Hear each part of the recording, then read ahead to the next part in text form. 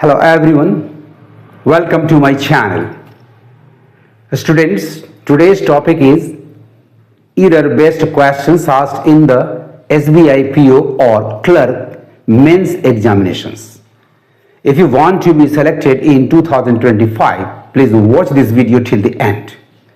तो आइए टॉपिक शुरू करने के पहले इस वीडियो को लाइक कर लें, मेरे चैनल को सब्सक्राइब कर लें और साथ साथ बेल आइकन को भी प्रेस कर लें ताकि आपको लेटेस्ट नोटिफिकेशंस मिलते रहें। क्वेश्चन में जो दिया गया है एक सेंटेंस है, एक स्टेटमेंट है और उसे थ्री सेगमेंट्स में डिवाइड किया गया है। इनमें एरर है या नहीं है आपको फाइंड आउट करना है और इसके लिए थ्री ऑल्टरनेटिव सजेस्ट किए गए हैं, 1, 2 and 3. 1 for the first segment, 2 for the second one and 3 for the third one. यदि इनमें से किसी सेगमेंट में एरर है, एक से ज्यादा भी हो सकता है, तो आपका आंसर होगा A only 2, B both 1 and 2, C both 2 and 3. यदि कोई भी ऑल्टरनेटिव फिट नहीं, एरर है लेकिन ऑल्टरनेटिव सही नहीं है, तो फिर आपका आंसर होगा option number D, none of the three. और यदि तीनों के तीनों सेगमेंट्स जो क्वेश्चन में दिए गए हैं बिल्कुल करेक्ट है, दुरुस्त है, तो फिर आपका आंसर होगा option number E, no correction required. Very interesting as well as easy if you follow my advice, follow my tips. तो आइए हर सेगमेंट को ध्यान से पढ़ें। सेगमेंट नंबर 1 क्या है? Many environmentalist think that too much interference. अब इसके लिए ऑल्टरनेटिव नंबर 1 को देखिए, many of the environmentalist believe that too much interference इन। सबसे पहले डिफरेंस देखिए, many environmentalist and many of the environmentalist में क्या अंतर है? मेनी प्लस प्लूरल नाउन बताता है एज ए होल, सारे को ले रहा है, जनरलाइज्ड।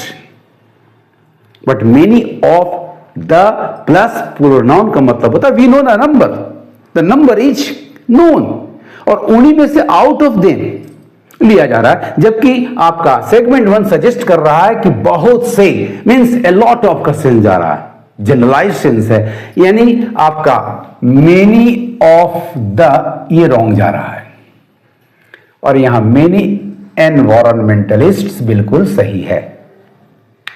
सेकंड वन देखिए, थिंक है भाई, विचार है, ऐसा ये सोचते हैं, ऐसा समझते हैं, और उसके लिए करेक्ट वर्ब होता है थिंक। जबकि यहां आस्था का सवाल, विश्वास का सवाल नहीं है, यानी बिलीव क्रिया भी रॉन्ग जा रही है आपकी। टू मच इंटरफेरेंस, आपका इंटरफेरेंस अनकाउंटेबल नाउन है तो उसके लिए too much more than required के सेंस में टू मच होता है, जबकि काउंटेबल नाउन के साथ टू मेनी होता है। टू मच करेक्ट है, यहां भी टू मच इंटरफेरेंस करेक्ट है। वहां है प्रीपोजिशन विद और यहां है preposition in. Remember, interference in something and with someone, तो यहां नेचर आपका समवन डिनोट कर रहा है, यानी विद आपका करेक्ट है, जबकि यहां इन आपका रॉन्ग है। इसका मतलब students, many environmentalist think that too much interference with, ये बिल्कुल करेक्ट है। ऑल्टरनेटिव नंबर 1 जो सजेस्ट किया गया ये करेक्ट नहीं है। चलिए एलिमिनेट हो गया। सेकेंड सेगमेंट को पढ़िए आप। फर्स्ट सेगमेंट का लास्ट वर्ड है आपका विद और सेकेंड सेगमेंट की शुरुआत होती है nature. Many environmentalists think that too much interference with nature, किस लिए? तो for purpose, for, ठीक है, for development projects, करेक्ट जा रहा है। टू मच इंटरफेरेंस आपका सब्जेक्ट है दैट क्लाउज का और उसके लिए क्रिया इज बिल्कुल सही है, क्योंकि interference third person singular noun है।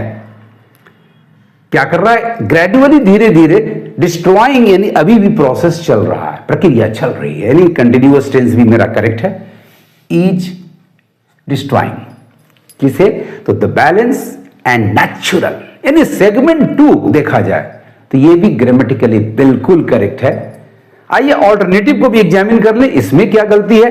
तो nature for developing new projects has destroyed, नहीं, ये तो चल रही है क्रिया, यानी टेंस की भी गड़बड़ी है। द बैलेंस एंड नेचुरल, यानी स्टूडेंट्स ऑल्टरनेटिव नंबर 2 भी आपका रॉन्ग जा रहा है, क्योंकि यहां डेवलपिंग डेवलपमेंट प्रोजेक्ट्स होगा, न्यू फालतू है, हैज डिस्ट्रॉयड नहीं, इज डिस्ट्रॉइंग होगा, the balance and natural, so number 2 is also eliminated. अब बचा third segment, the last one, natural calamities are happening, घट रहे हैं, किस लिए? टू फॉरवर्ड अस, किसके बारे में? About a possible doomsday in future. तो कैलामिटीज आर हैपनिंग, ये करेक्ट है, प्रेजेंट कंटिन्यूअस हो रहे हैं। टू फॉरवर्ड, हमें पहले से चेतावनी देने के लिए। अबाउट ए पॉसिबल डूम्सडे, कयामत का दिन, विनाश, द डे ऑफ डिस्ट्रक्शन, ये बाइबल के अनुसार प्रॉपर नाउन है, सो कैपिटलाइज्ड फॉर्म में लिखा हुआ बिल्कुल सही है। Doom destruction, apostle doomsday, destruction का दिन, कयामत का दिन, प्रलय कर सकते हैं आप। यानी थर्ड सेगमेंट भी आपका हर तरह से करेक्ट है। अब देखिए इसके ऑल्टरनेटिव में क्या समस्या है। तो नेचुरल कैलामिटीज विच मे हैपन, ये मे हैपन क्या? It is, they are already happening. To forewarn us about doomsday, possibly in future, no, it is certainly to happen. यानी ऑल्टरनेटिव नंबर 3 भी आपका एलिमिनेटेड हो गया। अब आइए ऑप्शंस को एग्जामिन करें। सेंटेंस में कहीं कोई एरर नहीं है, नो करेक्शन इज रिक्वायर्ड, हमारा सही आंसर पकड़ में आ गया। Option A, B, C and D are easily eliminated. The right answer is option number E, no correction required. Our sentence, many environmentalists think that too much interference with nature for development projects is gradually destroying the balance, and natural calamities are happening to forewarn us about a possible doomsday in future. बोलिए आसान है या मुश्किल? मैं जानता हूं कि आप कहेंगे बिल्कुल आसान है। Now let's come to question number 2. The sentence containing 3 segments are: career diplomats in the State Department are wringing, twisting, pressing something and squeezing in order to remove water. यहां despair है। The hands of diplomats in despair after seeing their president uncorking US policies which had taken decades at maturing. My dear students, segment number 1 देखिए, career diplomats in the State Department are wringing, अभी भी ये काम चल रहा है, subject आपका diplomats है, तो आर रिंगिंग, चूंकि ये इनकम्प्लीट एक्शन है, प्रोग्रेसिव है, सो प्रेजेंट कंटिन्यूअस ही मेरा करेक्ट है।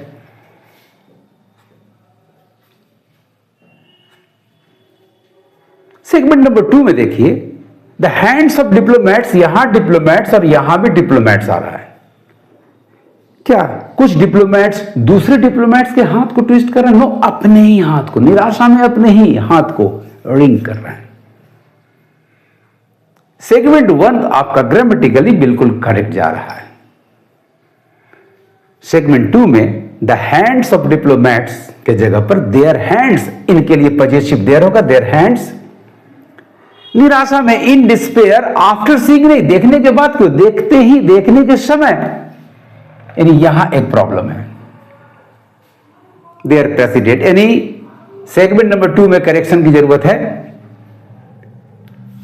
Segment number 1, career diplomats in the state department are ringing, alternative को देखिए तो diplomacy in career in the state department has ring, diplomacy कैसे रिंग करेगा? ये तो एक एब्स्ट्रैक्ट नाउन, एक आइडिया है। So number 1 is eliminated. आपका सेगमेंट नंबर 1 बिल्कुल करेक्ट है। सेगमेंट नंबर 2 में द हैंड्स ऑफ डिप्लोमैट्स की जगह देयर हैंड्स बिल्कुल करेक्ट जा रहा है। इन डिस्पेयर आफ्टर की जगह एट होगा। सीइंग देयर प्रेसिडेंट, यानी ये आपका बिल्कुल सही है।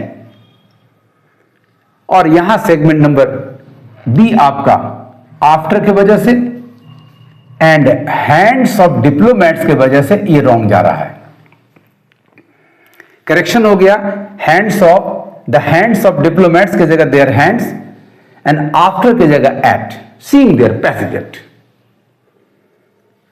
सेगमेंट नंबर 3 है अनकॉकिंग यूएस पॉलिसीज। आपका यूएस पॉलिसीज विदाउट आर्टिकल मतलब जनरलाइज्ड है, इंडेफिनिट है। तो इंडेफिनिट के लिए रिलेटिव प्रोनाउन विच नहीं बल्कि दैट होता है। सेंटेंस का कंटेक्स्ट जो है प्रेजेंट टाइम एक्शन दिखा रहा है और इतना गुजर चुका है, यानी हैड टेकन के जगह पर हैज टेकन होगा, सॉरी हैव टेकन होगा। पॉलिसीज एंटीसीडेंट प्लूरल है तो विच की जगह पर दैट, हैड की जगह पर हैव। डिकेड्स क्या करने में, जब भी आंसर क्या का जवाब वर्ब से आता हो तो एट प्लस जीरंड की जगह पर two plus main verb number 1 का प्रयोग होता है, यानी यहां भी गलती है। So my dear student, segment number 3 में भी करेक्शन की जरूरत है। देखिए अनकॉकी US policies that correct have taken decades क्या करने में, टू मैच्योर, यानी ऑल्टरनेटिव नंबर 3 आपका करेक्ट है। सेंटेंस में सेगमेंट नंबर 2 और सेगमेंट नंबर 3 में करेक्शन की रिक्वायरमेंट है, आवश्यकता है। Let us examine the options. Option number A both 2 and 3, yes this is the correct answer. हमें 2 और 3 में करेक्शन की आवश्यकता है।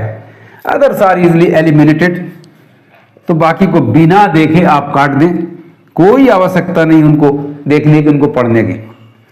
द राइट आंसर इज दस option number A both 2 and 3।